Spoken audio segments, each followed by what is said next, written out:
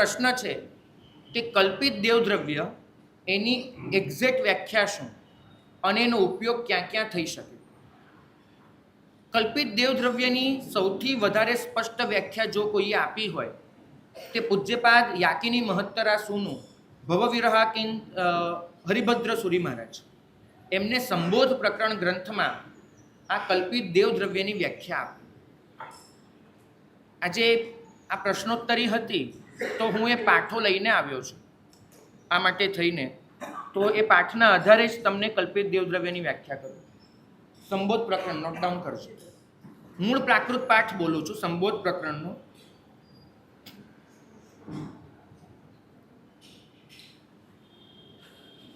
રિદ્ધિ જુએ સમ્મ એહિમ સડ્ઢેહિમ અહવ અપ્પણા ચેવ જીનભત્તિ નિમિત્તમ જમચર્યમ સવ્વમુવોગી.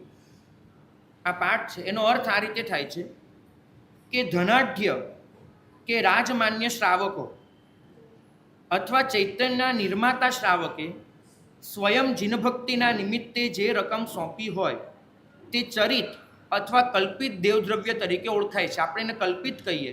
શાસ્ત્રોમાં એના માટેનું બીજું નામ ચરિત દેવદ્રવ્ય મળે છે અને એ ચૈત્ય સંબંધી સર્વ કાર્યોમાં ઉપયોગી થાય છે.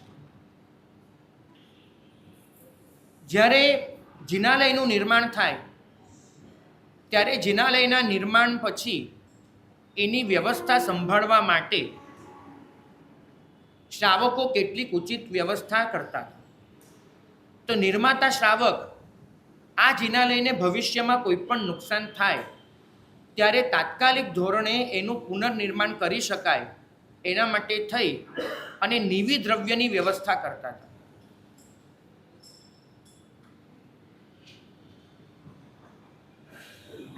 નિવિ દ્રવ્ય એટલે જે દ્રવ્ય સામાન્ય રીતે વાપરવાનું નથી પરંતુ એ દાટી રાખવાનું છે અને જ્યારે એવી કોઈક આસમાની સુલતાની આવી જાય ત્યારે એનો ઉપયોગ કરવાનો છે.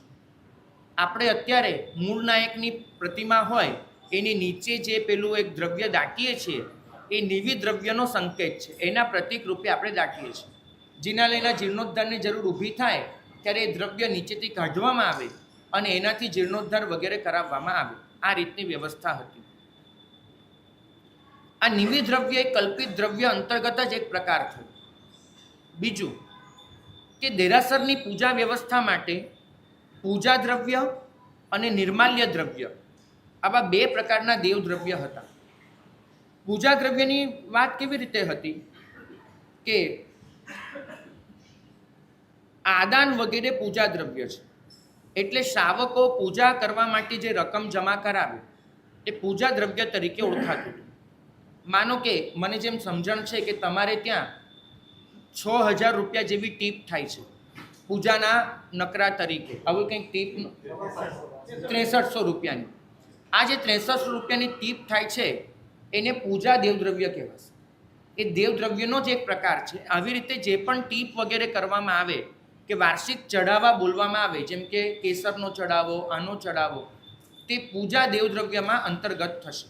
અત્યારે જે દેવકુ સાધારણ એવો શબ્દ વપરાય છે એ દેવકુ સાધારણ પણ મોટે ભાગે પૂજા દેવદ્રવ્યમાં જ જતું હોય છે. એ સાધારણ ખાતાનો અંશ નથી.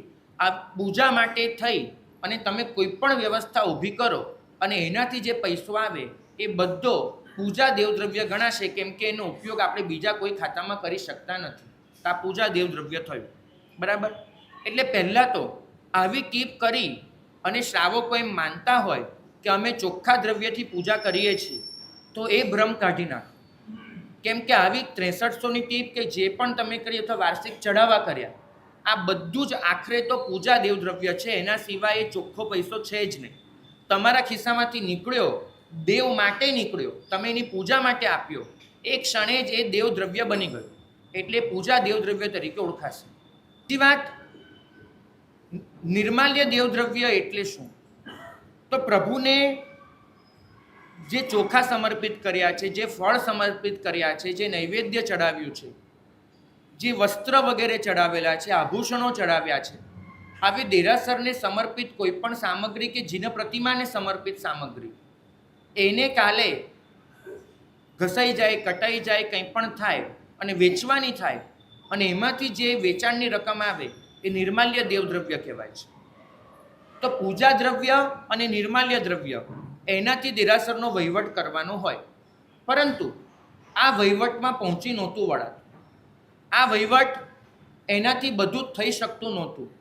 માટે ત્રીજી વ્યવસ્થા ઊભી થઈ, જે કલ્પિત એટલે આપણા વિચારથી ઊભી થયેલી વ્યવસ્થા, એ નામે ઓળખાય. માટે એને કલ્પનાથી જન્ય વ્યવસ્થા, કલ્પિત એ નામે ઓળખવામાં આવી. ક્યાંક એને ચરિત પણ કહેવામાં આવ્યું. કલ્પિત દેવદ્રવ્ય એના અંતર્ગત શ્રાવકોએ આવક ઊભી કરવાના નવા નવા પ્રકારો વિચાર્યા. એમાં એક પ્રકાર હતો દેરાસરમાં મુકાતો ભંડાર. એક પ્રકાર હતો જે પ્રાચીન કાળે નહોતો.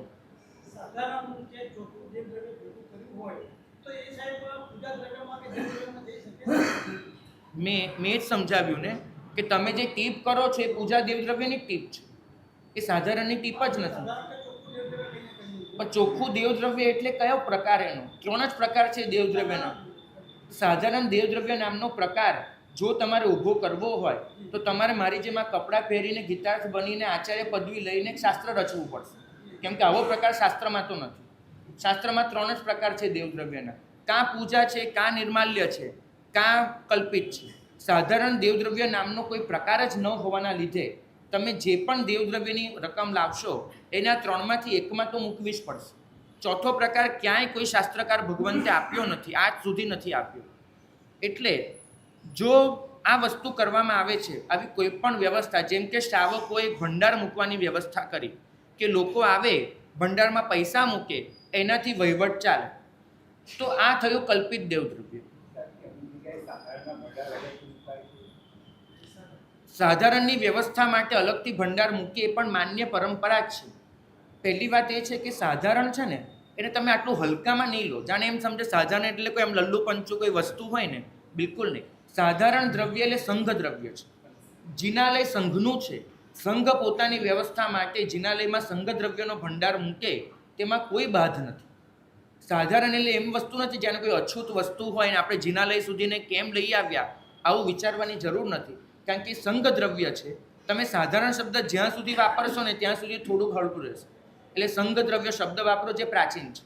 અને સંઘ પોતે પોતાની વ્યવસ્થા માટે રીતે ભંડાર મૂકે તો બિલકુલ ખોટું નથી. કલ્પિત દેવદ્રવ્યમાં એક ભંડાર આવ્યો. બીજું મેં કીધું એમ કે નિવિધન આવ્યું, જે ભગવાનની નીચે દટાતું થયું. આ પણ કલ્પિત વ્યવસ્થા હતી. ત્રીજી શ્રાવકોએ ગીતાર્થ ભગવંતોની આજ્ઞાથી વ્યવસ્થા ઊભી કરી બોલીની. બોલી બહુ પ્રાચીન નથી. ખાસ સમજજો કે હીરસુરી દાદા જગતગુરુ એને પૂછવામાં આવ્યું, નોટડાઉન કરજો હીર પ્રશ્ન. તો હીર પ્રશ્નમાં દાદાને પૂછવામાં આવ્યું કે પ્રતિક્રમણમાં જે બોલીઓ બોલાય છે એ બોલી બોલવી જોઈએ કે નહીં. આજે આપણે પ્રતિક્રમણની બોલીને જ્ઞાન ખાતામાં લઈ જઈએ છીએ. મારો મહત્વનો મુદ્દો યાદ રાખજો. પ્રતિક્રમણની બોલીને જ્ઞાન ખાતામાં લઈ જઈએ છીએ. હીરસુરી દાદાના વખતમાં પ્રતિક્રમણની બોલી દેવદ્રવ્યમાં જતી હતી. તો દેવદ્રવ્ય કરતાં તમારા મતે તો જ્ઞાન દ્રવ્ય નીચું છે, બરાબર? તમે એમ માનો છો કે દેવદ્રવ્ય કરતાં નીચું છે. જગતગુરુના વખતમાં જે બોલી દેવદ્રવ્યમાં જતી હતી એને આપણે જ્ઞાન દ્રવ્યમાં લઈ જઈએ છીએ. આનો મતલબ કમસે કમ એટલો તો સમજાશે કે શ્રી સંઘ પરિસ્થિતિ પ્રમાણે નિર્ણય કરે તો એમાં કોઈ વાંધો હોતો નથી. નહીં તો આજે ભારતભરના સંઘો પ્રતિક્રમણની બોલીને જો જ્ઞાન દ્રવ્યમાં લઈ જતા હોય તો એ બધા જ હીરસુરી દાદાના અપરાધી ગણાય.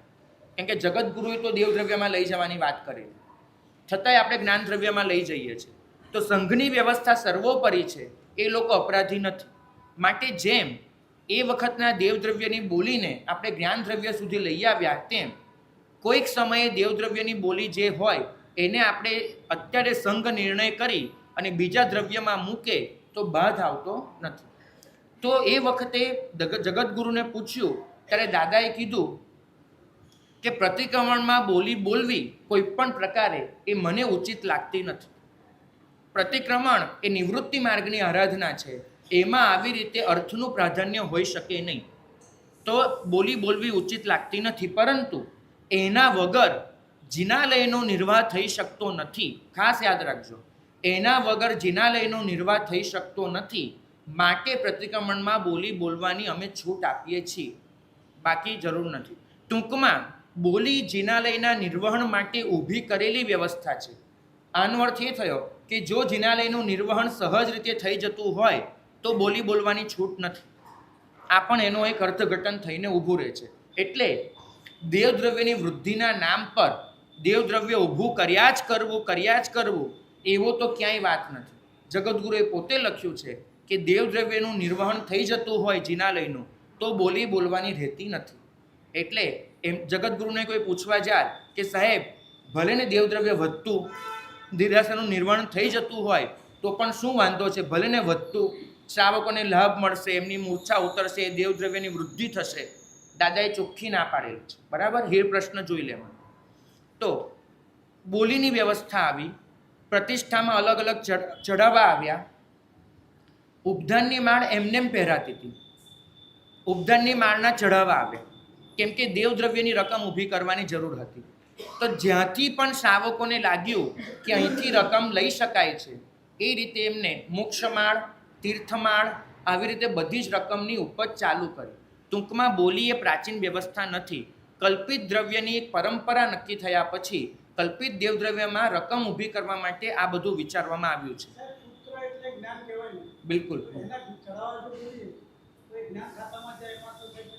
અરે હું એમ કહું છું કે જગતગુરુ દેવદ્રવ્યમાં મૂકતા હતા અને આપણે જ્ઞાન દ્રવ્યમાં લઈ જઈએ છીએ, તો દેવદ્રવ્યનું આપણે જ્ઞાન દ્રવ્યમાં લાવ્યા કે ન લાવ્યા? સંઘે નિર્ણય કરીને લાવ્યા ને, બરાબર? હા, પણ બધાએ તો એક સાથે સંમતિ નહીં આપી હોય.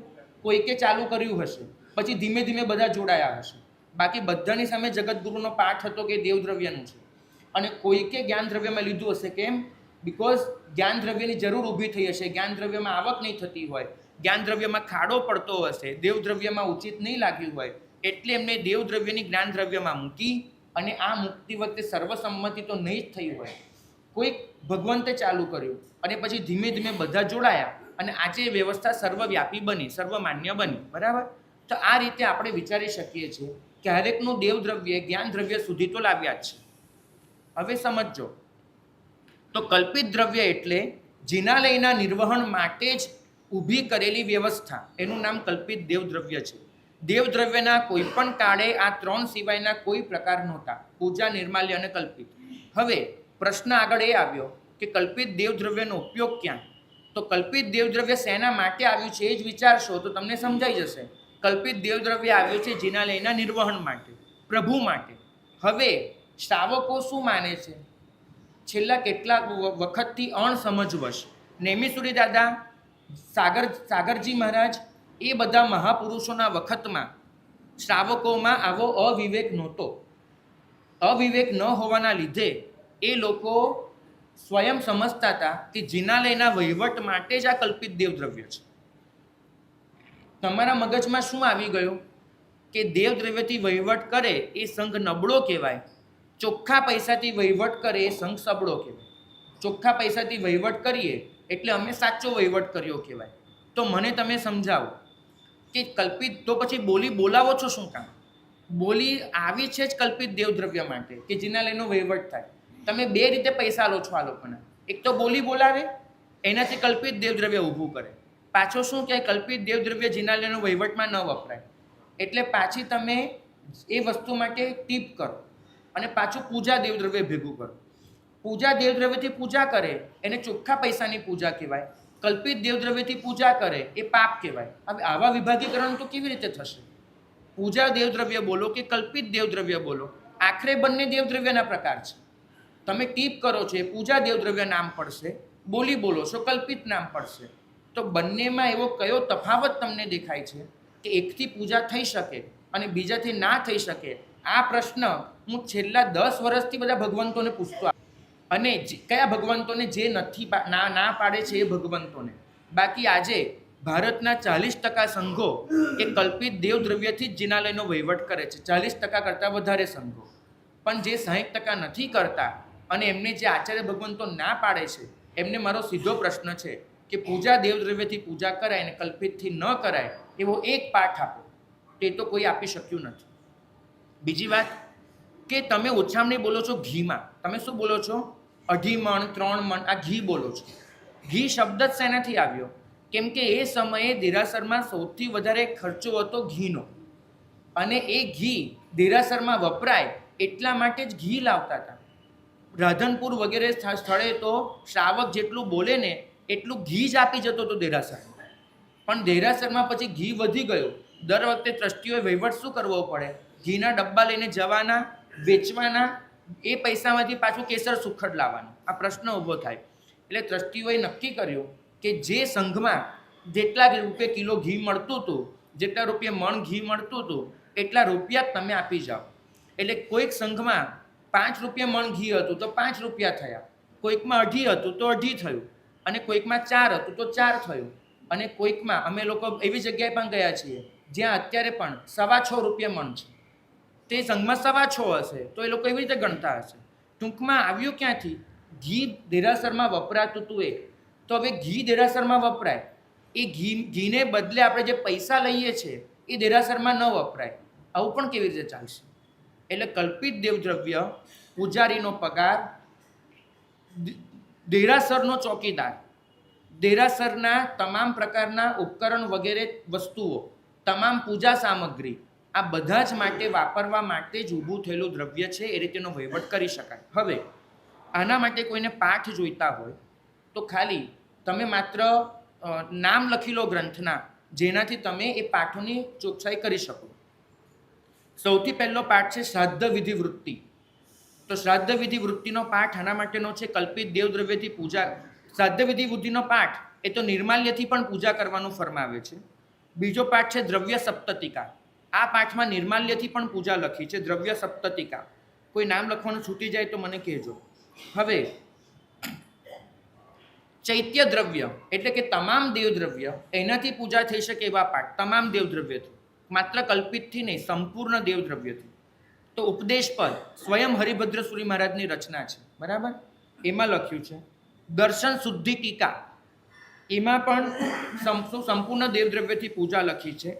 શ્રાદ્ધ વિધિ વૃત્તિ, જે મેં પહેલાં નામ લખાયું, એમાં પણ અન્ય ઠેકાણે એટલે આગળ જતા તમામ દેવદ્રવ્યથી પૂજા લખી છે. એ જ રીતે દ્રવ્ય સપ્તતિકા, એમાં પણ તમામ દ્રવ્યથી પૂજા લખી છે. વસુદેવ હિન્દી સંઘદાસ ગણીની રચના છે. ઓછામાં ઓછા આ ગ્રંથને આજથી તમે ગણવા જાઓ તો 1500 જેટલા વર્ષ થયા છે. તો એ સંઘદાસ ગણીની વસુદેવ હિન્દી, એમાં પણ લખ્યું છે કે દેવદ્રવ્ય એ જીનબિંબની પૂજા માટે જ છે, અને જીનબિંબની પૂજાથી જે સમ્યક્ત્વની શુદ્ધિ થાય છે એના માટે જ કલ્પિત દેવદ્રવ્ય ઊભું કરવામાં આવતું હોય છે, બરાબર? આટલા પાઠો છે. આના સિવાયને પણ આપી શકાય, પણ અને આ જે પાઠો છે, આ પાઠો તમે લોકો પણ વાંચી શકો, જોઈ શકો, બરાબર? કદાચ પુસ્તકોમાંથી પણ લઈ શકો. પણ આ પાઠો વિશે સંપૂર્ણ સમજણ આપતો મેં એક લેખ લખેલો હમણાં 3 મહિના પહેલાં. એ લેખની ઝેરોક્સ બહાર અહીંયા મૂકવામાં આવી છે. જેને પણ લેવી હોય આ ઝેરોક્સ લઈ જઈ શકે છે. જેમાં શાસ્ત્રીય રીતે દેવદ્રવ્યથી પૂજા કરવામાં બાધ નથી એ સંપૂર્ણ સમજાવેલું છે.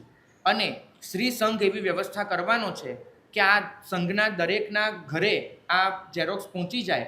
ઝેરોક્સ નહીં પણ એની ફોટો કોપી, એક PDF, એવી વ્યવસ્થા સંઘ કરવાનો છે. તો બધા પોતાના ઘરે પણ. હવે જેમાં કલ્પિત દેવદ્રવ્ય અથવા દેવદ્રવ્યથી પૂજા કરવાની ના પડી હોય એવો એક પાઠ મળે એવી અમે માંગણી છેલ્લા 30 વર્ષથી કરતા આવ્યા છે કે જો દેવદ્રવ્યથી પૂજા ન થાય એવું કહેતા હો તો એનો એક પાઠ આપો. 2044માં મારા ગુરુ ભગવંત અને એની સાથે બીજા કેટલાય ભગવંતો એમને આજીજી કરી હતી. જે પક્ષ એવું માને છે કે દેવદ્રવ્યથી પૂજા ન થાય એની પાસે, કે અમે આટલા પાઠ તમને આપીએ છીએ, તમે એક પાઠ એવો આપો કે દેવદ્રવ્યથી પૂજા ન થાય એવું લખ્યું હોય. આજ સુધી એ પાઠ 2044થી આ 2081 આવ્યો એટલે લગભગ 37 વર્ષ થયા. 37 વર્ષથી પાઠ મળ્યો નથી. મેં આ જે લેખ લખ્યો છે એ ઓછામાં ઓછા 500 ઠેકાણે મોકલાવ્યો છે, ફરીવાર મોકલાવાનો છે. હજુ સુધી એમનો પણ જવાબ આવ્યો નથી. માત્ર એક પાઠ એ લોકો રજૂ કરે છે, જે પાઠનું અર્થઘટન એ તમને સમજાવું. એ પાઠ એવું કહે છે કે શ્રાવકે પોતાની શક્તિ હોય તો સ્વદ્રવ્યથી પૂજા કરવી જોઈએ, અને શક્તિ ન હોય તો દેવદ્રવ્યની વસ્તુ વાપરવી જોઈએ. આ પ્રકારના પાઠો ચોક્કસ મળે છે. પણ આ પાઠોનું અર્થઘટન સમજવાનો પ્રયત્ન કરજો. આ વ્યક્તિગત પૂજા માટે છે. તમે જિનાલય આવો છો પોતાના ઘરેથી નીકળીને, તો તમે જિનાલયની સામગ્રી વાપરશો કે પોતાના ઘરની વાપરશો, આ એના માટેનો પાઠ છે. જો તમારી અનુકૂળતા હોય તો પૂજા કરવાની સામગ્રી તમે પોતે પોતાના ઘરેથી જ લઈને આવો, સ્વદ્રવ્યથી પૂજા કરો, બરાબર. પણ સ્વદ્રવ્યની અનુકૂળતા નથી તો પછી જિનાલયમાં જે દેવદ્રવ્યની સામગ્રી છે એનાથી પૂજા કરો. પણ સંઘ માટે તો એક જ વિધાન મળે છે કે સંઘે તો દેવદ્રવ્યથી જ વ્યવસ્થા કરવાની છે. સંઘ માટે આવી કોઈ વાત નથી. વ્યક્તિગત પૂજા માટે વાત છે કે સ્વદ્રવ્ય કે દેવદ્રવ્ય વ્યક્તિગત પૂજા માટે છે. અને એ તો અમે પણ કહીશું કે તમે ઘરેથી પૂજા કરવા આવો અને પેટી લઈને આવો ને એમાં તમામ પૂજા સામગ્રી લઈને આવો, તમને આનંદ છે. પણ સંઘે જે દેરાસરનું મેન્ટેનન્સ વગેરે કરવાનું હોય એના માટે તો સ્વદ્રવ્ય અને દેવદ્રવ્ય એવા વિભાગીકરણ લખ્યા જ નથી. એમાં તો સ્પષ્ટપણે દેવદ્રવ્ય જ લખ્યું છે. વ્યક્તિગત પૂજાના પાઠને સંઘની વ્યવસ્થા સાથે જોડી શકાય નહીં. આટલી મારી વાત છે.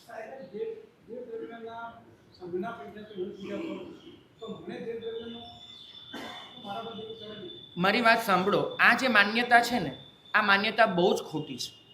કારણ કે તો મારે તમને એ પૂછવું છે કે તમે જે જિનાલયમાં દર્શન કરવા જાઓ છો એ જિનાલય પણ દેવદ્રવ્યથી બંધાયું છે.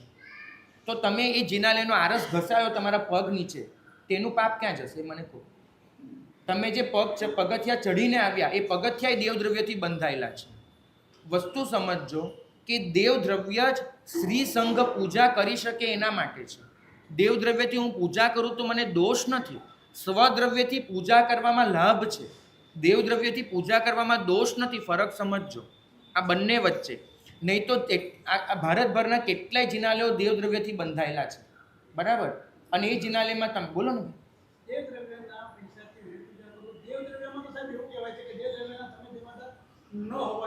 બિલકુલ. પણ પૂજા કરવી, તમે તમારી તો પૂજા નથી કરતા ને, ભગવાનની કરો છો ને. તમે કેસર લઈને પોતાની પૂજા કરો તો દેવાદાર થયા. જે ભગવાનનું જ છે એ ભગવાનને ચડાવો તો એમાં તમે દેવાદાર કેવી રીતે બનો? હું તો તમને એમ કહું, તમે અહીંયા આંગી કરાવી છે. હા બિલકુલ. તો હું તમને એમ કહું છું કે દેવદ્રવ્યથી બંધાયેલા જિનાલયમાં તમારે પગ જ ન મૂકવો જોઈએ. કેમ? ફરક શું છે? દેવદ્રવ્યથી જિનાલય બંધાવ્યું એમાં પણ તમને જ લાભ છે ને જવામાં. તમે એ જિનાલયમાં જશો તો લાભ કોને છે? તો પેલું કેસર બી તમારા નિમિત્તે બન્યું એમ કેમ કહેવાય? તમે સંગત એક મિનિટ, સંઘ શાસનના નિમિત્તે જિનાલય બન્યું, બરાબર. તમે સંઘ શાસનની બહાર છો એવું માનતા હો તો મને પ્રોબ્લેમ નથી. તો સંઘ શાસન માટે બન્યું એટલે તમારા માટે બન્યું છે. તો જે હિસાબે જિનાલય બને છે દેવદ્રવ્યમાંથી, એ જ હિસાબે દેવદ્રવ્યમાંથી પૂજા સામગ્રી આવે છે. તો બંનેમાં ફરક ક્યાં દેખાય છે તમને? બંને સંઘ શાસન માટે આવી રહ્યું છે. અને જો આ જ વસ્તુ હોય તો જિનાલય નિર્માણમાં પણ એવો જ પાઠ મળે છે કે શ્રાવકે સ્વદ્રવ્યથી જિનાલય બંધાવવું, ન હોય તો દેવદ્રવ્યથી કરવું, બરાબર. તો ત્યાં કોઈને પ્રોબ્લેમ નથી થતો અને અહીંયા થાય. આ બંને વચ્ચે ફરક શું છે?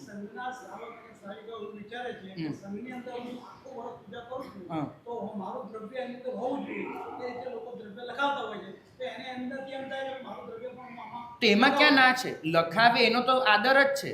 કોઈ પણ માણસ એમ વિચારીને લખાવે કે મારે અહીંયા આપવું છે, એની આપણે ના પાડવા ક્યાં ગયા? મારો પ્રશ્ન તમે સમજો, દેવદ્રવ્યથી પૂજા કરવામાં દોષ છે કે નહીં એ તમારો પ્રશ્ન છે. કોઈ ગમે તેટલું દ્રવ્ય લખાવે એનો તો આનંદ જ છે ને આપણને.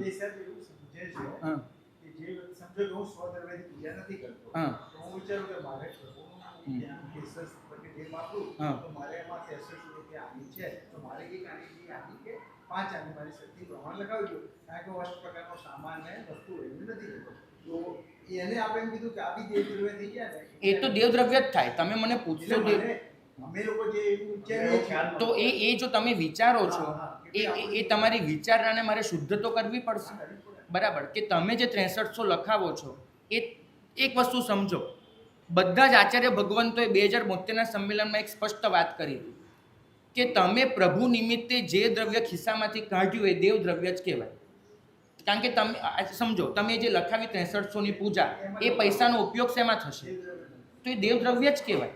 એ બીજું કોઈ દ્રવ્ય જ નથી. તમારા મનમાં જે ખ્યાલો છે કે આ ચોખ્ખું કહેવાય, એવો કોઈ ચોખ્ખા નામનો કોઈ શબ્દ જ નથી શાસનમાં. એટલે એ દેવદ્રવ્ય જ છે. એટલે તમને જેમ પૂજા દેવદ્રવ્યથી પૂજા કરવામાં જેમ દોષ નથી, એમ કલ્પિતમાંથી પણ કરવામાં કોઈ દોષ ન હોય.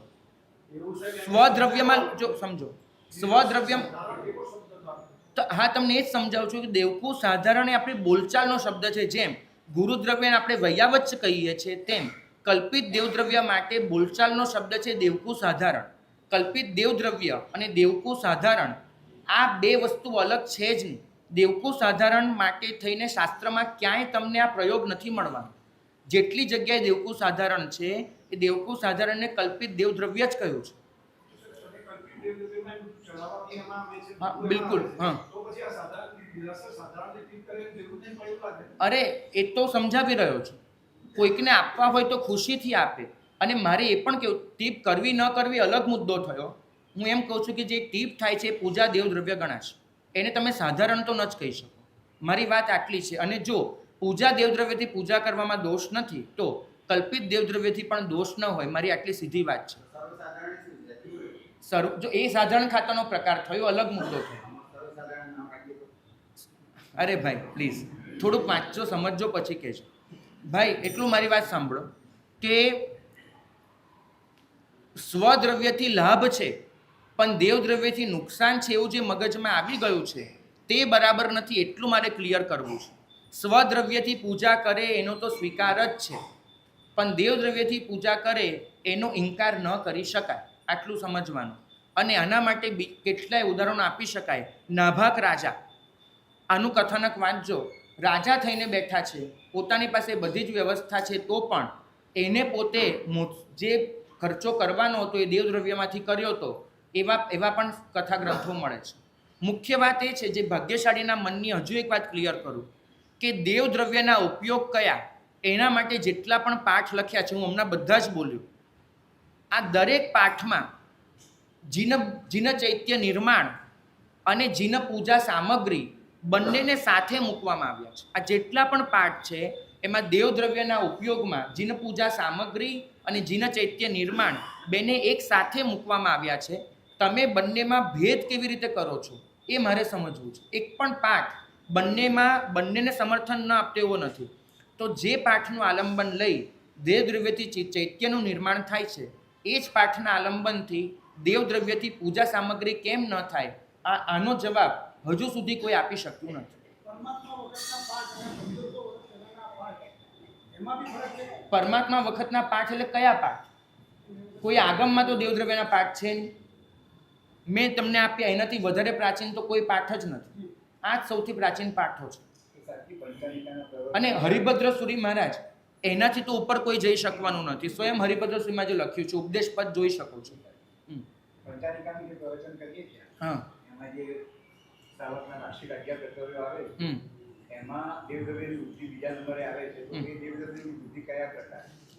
ભાગ્યશાળીનો પ્રશ્ન છે કે આપણે શ્રાવકના 11 કર્તવ્યો વાર્ષિક, એમાં દેવદ્રવ્યની વૃદ્ધિ લખી છે.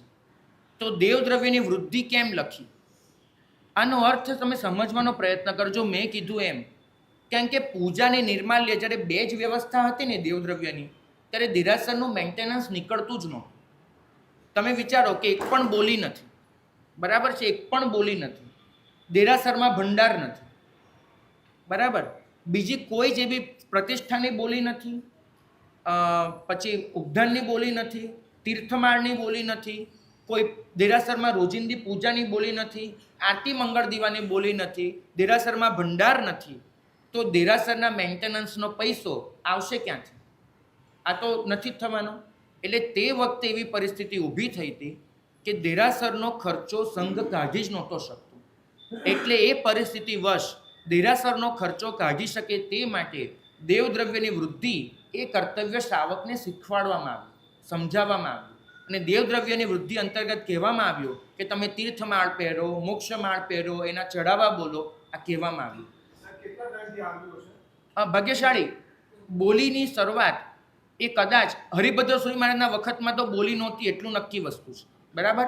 હરિભદ્ર સુરી મહારાજને આજથી હું વર્ષો ગણું છું, તો એમ તમે સમજો ઓછામાં ઓછા 1300 વર્ષ ઉપર થયું છે હરિભદ્ર સુરી મહારાજને. એટલે હરિભદ્ર સુરી મહારાજના વખતમાં તો બોલી નહોતી જ. હરિભદ્ર કુમારપાળ મહારાજા તો હરિભદ્ર સ્વામીમાંથી કેટલા બધા નવા છે. હા, તો એની ના નથી, પણ એ કેમ આવી એ સમજવું પડે ને. હરિભદ્ર સ્વામીના વખતમાં કોઈ બોલી નથી, પછી શરૂ થઈ છે. તો કારણ એ છે કે એ વખતે દેવદ્રવ્યનું મેન્ટેનન્સ જ નહોતું થતું. તો કલ્પિત દેવદ્રવ્ય તરીકે આને ઊભું કરવું પડ્યું. માટે દેવદ્રવ્યની વૃદ્ધિની પ્રેરણા કરવી પડી કે ભાઈ તમે લખાવો, દેવદ્રવ્ય વૃદ્ધિ કરો. કેમ કે દેરાસરો સાચવવા એ આપણું પરમ કર્તવ્ય છે, જીનાલયનું બધું કરવું. પરંતુ આ કર્તવ્ય સાપેક્ષ કર્તવ્ય હતું. સમજો, જગતગુરુનો પાઠ નહીં ભૂલો કે બોલી દેરાસરનું નિર્વહન નથી થતું માટે બોલી બોલવાની છે, ન કે દેવદ્રવ્યની વૃદ્ધિ માટે બોલી બોલવાની છે. ફરક સમજજો ભાઈ.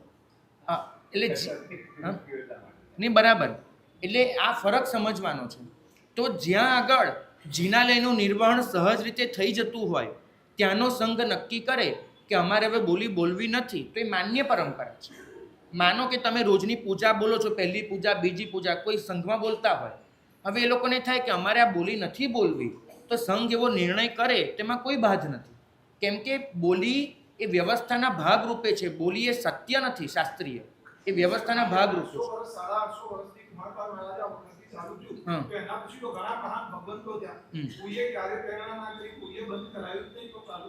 ભાગ્યશાળી કેટલી જગ્યાએ બોલીઓ ચાલુ પણ થઈ, બંધ પણ થઈ, બધું જ થયું. પરિસ્થિતિવશ જ્યાં જરૂર લાગી ત્યાં બોલી ઊભી પણ કરી, પરિસ્થિતિવશ જરૂર ન લાગી ત્યાં બોલી સંભાળી પણ લીધી છે. ભાગ્યશાળી એક વસ્તુ સમજજો કે હું પોતે જે જિનાલયમાં પૂજા કરતો હતો ત્યાં પહેલી પૂજા, બીજી પૂજાની બોલીઓ જ નહોતી. બરાબર. તો આજે પણ ભારતના કંઈ બધા જ સંઘોમાં બોલી બોલાય છે એવું નથી. જે સંઘને જરૂર લાગે છે એ બોલે છે, જે સંઘને જરૂર નથી લાગતી એ નથી બોલતા. તો તમે એમ કહેશો એ સંઘ એ ખોટું કરે છે? બોલી એ કે સનાતન સત્ય નથી. સંઘ પોતાની રીતે નિર્ણય કરે છે કે આ બોલી બોલવી છે કે નથી બોલવી. હા,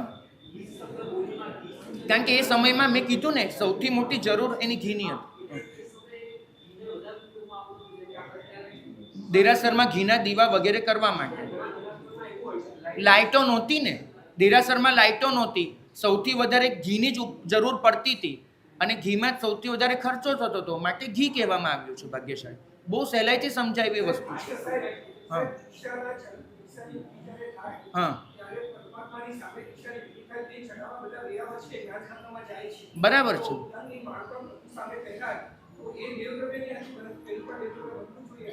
ભાગ્યશાળી જુઓ, કોઈ ચઢાવો દેવદ્રવ્ય બને કે સાધારણ બને કે કયા ખાતામાં જાય એના વિશે આપણે ચોક્કસ વિચાર કરીએ.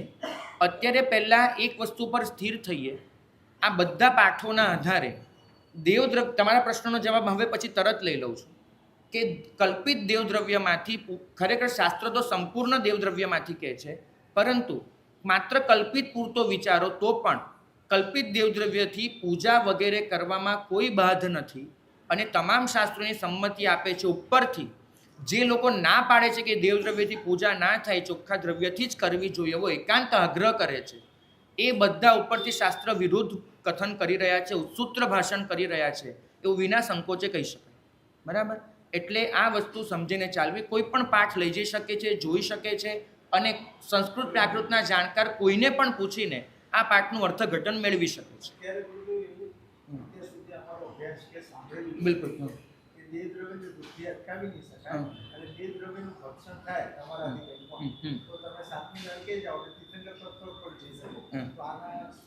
બિલકુલ. જુઓ, દેવદ્રવ્યનું ભક્ષણ એટલે શું? હું દેવદ્રવ્યનું ભક્ષણ એ પણ તમારી આગળ રજૂ કરી દઉં. શાસ્ત્રોમાં ભક્ષણ કોને કહ્યું છે એ આ લેખમાં પણ મેં લખેલું છે, તમને પણ કહી દઉં.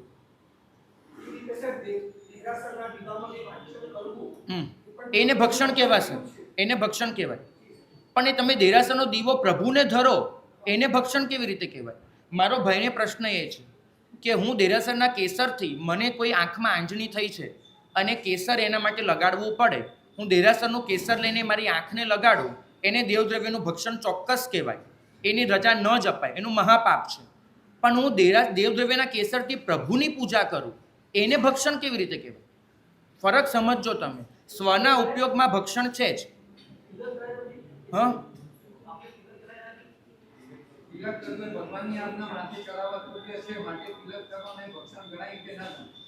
હવે મારી વાત સાંભળવાનો પ્રયત્ન કરજો, સમજવાનો કે પ્રભુની આજ્ઞા માથે ચડાવવા રૂપ આપણે જે તિલક કરીએ છીએ એ કેસરનો ઉપયોગ પ્રભુની આજ્ઞા ચડાવવા માટે માત્ર આપણે માથે કરી રહ્યા છીએ, એટલા માટે પરંપરાથી એને ભક્ષણ ગણાવ્યું નથી. અને હજુ પણ એક વાત તમને કહી દઉં કે જ્યારે પૂજા દ્રવ્ય એકઠું કરવામાં આવે છે ત્યારે જ દેરાસરને લગતા કેસરને લગતા તમામ કાર્યો આ કેસરમાંથી થશે એવી એક સમજણ ઉભય પક્ષે પ્રવર્તતી હોય છે, માટે પણ એમાં બાધ નથી હોતો.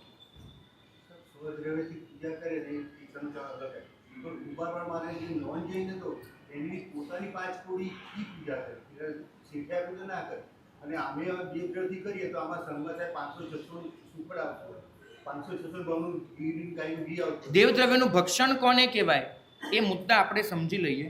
6 પ્રકારે ભક્ષણ લખ્યું છે દેવદ્રવ્યનું. પૂજા કરવામાં 6માંથી એક પણ પ્રકાર લાગુ નથી પડતો, એ ખાસ ધ્યાનમાં લેજો. પહેલું ભક્ષણ લખ્યું છે દેવદ્રવ્ય પોતાની પાસે રાખીને વાપરે. 1, હું દેવદ્રવ્ય રાખવું અને વાપરું. 2, જે ક્ષેત્રમાં દેવદ્રવ્ય વાપરી ન શકાય તેવા ક્ષેત્રમાં દેવદ્રવ્ય વાપરે. આ બીજું ભક્ષણ છે. 3, દેવદ્રવ્યની આવક જે જરૂરી આવક છે એને રોકવાનો પ્રયત્ન કરે. 3, 4, જે દેવદ્રવ્ય પોતે લખાવેલું છે એ ન આપે. 5, દેવદ્રવ્યનો નાશ થઈ રહ્યો હોય અને તો પણ એની ઉપેક્ષા કરે. અને 6, અન્ય ખાતાઓમાં દેવદ્રવ્ય વાપરવું પડે તો વ્યાજ સહિત ભરપાઈ ન કરે. આ 6 રીતે દેવદ્રવ્યનું ભક્ષણ થતું હોય છે. હવે આમાં 3જા નંબરનું છે કે દેવદ્રવ્યની આવકને ભાંગે, દેવદ્રવ્યની આવકને અટકાવે, એને પાપ લાગે. એ તમારા પ્રશ્નમાં આવ્યું કે દેવદ્રવ્યની વૃદ્ધિ અટકાવે. આના માટે હજુ એક ગ્રંથનું નામ લખજો, સંવેગ રંગશાળા. બરાબર, આ જે ગ્રંથ છે સંવેગ રંગશાળા, એમાં સ્પષ્ટ લખ્યું છે કે જે ક્ષેત્રમાં દેવદ્રવ્ય મબલખ પડ્યું છે ત્યાં કોઈ સાધુ ભગવંત આવે છે, એ પાઠ પરથી એવી પ્રેરણા કરે છે કે દેવદ્રવ્યની વૃદ્ધિ કરો, દેવદ્રવ્યની વૃદ્ધિ કરો. સાધુ ભગવંત એ પ્રેરણા કરે છે અને દેવદ્રવ્ય સિવાયના બીજા ખાતાઓ સીધાઈ રહ્યા છે એની ઉપેક્ષા કરે છે. જ્ઞાનદ્રવ્ય, ગુરુદ્રવ્ય, સંઘદ્રવ્ય બધાની. કારણ કે સાધુ ભગવંતના મનમાં એક જ વસ્તુ છે કે દેવદ્રવ્યમાં જેટલો લાભ છે એટલો બીજામાં નથી. આવી એમની ગેરસમજણ કેળવાયેલી છે. ખાસ યાદ રાખજો, ઇન્વર્ટેડ કોમામાં આવી ગેરસમજણ કેળવાયેલી છે કે દેવદ્રવ્યમાં ખર્ચીએ તો વધારે લાભ, બીજા ખાતામાં ઓછો લાભ. આને સંવેગ રંગશાળા ગેરસમજણ તરીકે ઓળખે છે. એમ કહે છે કે જે સમયે જે ખાતામાં ખર્ચવું જરૂરી હોય એમાં સૌથી વધારે લાભ. એટલે આવી ગેરસમજણનો ભોગ બનેલા સાધુ એ પાઠ પરથી દેવદ્રવ્યની પ્રરૂપણા કરે છે, શ્રી સંઘ એને વધાવે છે અને દેવદ્રવ્યની ખૂબ ઉન્નતિ કરે છે, વૃદ્ધિ કરે છે. મબલખ દેવદ્રવ્ય પહેલેથી હોવા છતાં તો એ સાધુ જે પ્રેરણા કરનાર છે અને જે શ્રાવક લખાવનાર છે બંને દુર્ગતિના ભાગી બને છે એવું સ્પષ્ટપણે લખેલું છે સંવેગ રંગશાળામાં. કોઈને પણ આ પાઠ જોવો હોય તો એ સંવેગ રંગશાળા ખોલીને આરામથી જોઈ શકે છે. અને 1000 માણસને દેખાડશો ને, 1000 માણસને પાઠ, એનો આ જ અર્થ મળશે કે મેં જે અર્થ કીધો છે તમને. હવે જો દેવદ્રવ્યની વૃદ્ધિ એ અટકાવી જ ન શકાતી હોય તો સંવેગ રંગશાળાનું આ કથન શું કરશો? સ્પષ્ટ વાત છે અને તમારે મારા પર ભરોસો જ નથી કરવાનો. ત્રિલોક્યમંડળને છોડી દો, તમે સ્વયં સંવેગ રંગશાળા જોઈ લો અને એમાં તમે વાંચી લો કે ત્યાં લખ્યું છે કે આવા સંજોગોમાં તો સાધુનું કર્તવ્ય એ થાય છે કે એને દેવદ્રવ્યની વૃદ્ધિ રોકવી અને બીજા ખાતામાં એ દ્રવ્યનો પ્રભાવ વાળવો. આ સ્પષ્ટ લખેલું છે. તો બીજું તો આપણે શું કરીશું? વાત એટલી છે કે જ્યારે શાસ્ત્રકાર ભગવંતોએ કલ્પિત દેવદ્રવ્યથી વ્યવસ્થા દેખાડી છે અને એનો બાધક કોઈ જ પાઠ નથી, તો કેટલાક ભગવંતો પોતાની મરજીથી ગૂંચવાડો ઊભો કરે, સંઘ એને સમર્થન શું કામ આપે? આ પહેલો પ્રશ્ન છે. બીજો પ્રશ્ન, એ ભગવંતો હરિભદ્ર સુરી મહારાજ જેવા ભગવંતો જ્યારે કલ્પિત દેવદ્રવ્યથી કરવાનું કહેતા હોય અને તમે એમની આજ્ઞાને પણ માન્ય ન કરો તો તમે ઉત્સૂત્રને સમર્થન આપ્યું, ગુરુદ્રોહી થયા, આજ્ઞા લોપક થયા, એવું હું શું કામ ન કહી શકું? મારે આવા શબ્દો નથી વાપરવા તમારા માટે, પણ મારો પ્રશ્ન ઊભો છે કે આવું કેમ ન કહેવાય? એ ભગવંતોમાં આપણા કરતાં ઓછી સમજણ હતી કે ભાઈ દેવદ્રવ્યથી ન કરાય? જો એવું જ હોત તો હરિભદ્ર સુરી મહારાજ જેવા ભગવંતો એમને સ્પષ્ટ કીધું હોત કે દેવદ્રવ્યથી કરી જ ન શકાય, તમે સ્વદ્રવ્યથી જ કરો, નવી ટીપ જ કરો. શા માટે એમને આ પાઠો નથી આપ્યા અને દેવદ્રવ્યથી કરવાની રજા નહીં આપી? મતલબ એના માટે જ આ છે એમ ફરમાવ્યું. આનો અર્થ સમજજો. ગૂંચવાડો આપણે ઊભો કરેલો છે, શાસ્ત્રોમાં તો ક્યાંય ગૂંચવાડો નથી.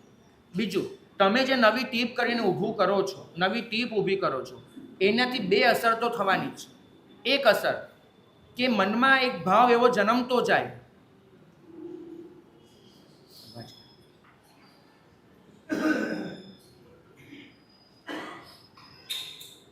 કે દેવદ્રવ્યથી પૂજા ન કરી શકાય. તમારો સંઘ સદ્ધર હશે, અનુમોદના કરો કે અહીંયા બધી વ્યવસ્થાઓ થઈ જતી હશે. કેટલાય સંઘો એવા છે કે જ્યાં આગળ આવી વ્યવસ્થાઓ નથી થતી.